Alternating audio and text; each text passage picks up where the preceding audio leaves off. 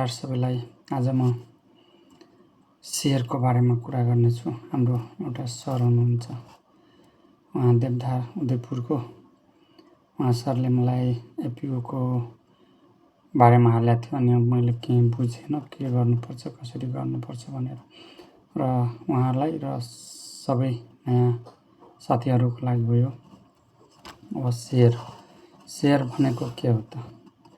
कुनै पनि कम्पनीको पुँजी वा स्वामित्व साना साना एकाइ वा धेरै एकाइहरूमा विभाजन गरी लगानीकर्ताहरूलाई बिक्री गरिन्छ भने त्यस कम्पनीको एकाइ स्वामित्वलाई शेयर भनिन्छ।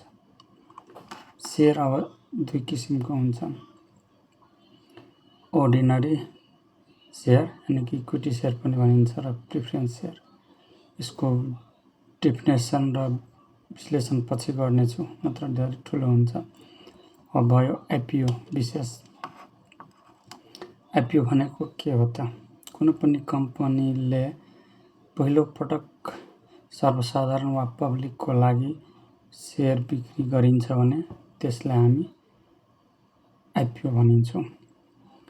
र आइपिओ मार्केट दुईटा हुन्छ,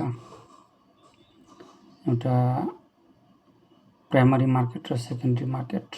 प्राइमरी मार्केटमा आइपिओ, एफपिओ र राइट शेयर हुन्छ र यो शेयरहरूको बारेमा नि म पछि डिटेल्समा भन्नेछु। र अब यसको लागि गर्ने त के? आइपिओ हामी किन गरिन्छौँ? आइपिओ हामीले धेरै कुनै ठुलो कम्पनी, ठुलो केही खोल्न सक्दैनौँ, पुँजी कम्ती छ भने थोरै पुँजी हामी कम्पनीमा लगाउन सकिन्छौँ र त्यो कम्पनीमा हामी जति लगायो त्यतिको हामी ओनर भन्छौँ, मालिक भन्छौँ। यानि कि कम्पनीको जिएमहरूको कुनै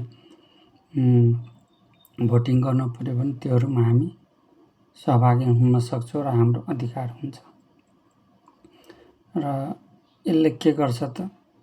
यसले हाम्रो वार्षिक कम्पनीहरूले वार्षिक बाँड्छ बोनस र डिभिडेन्ड।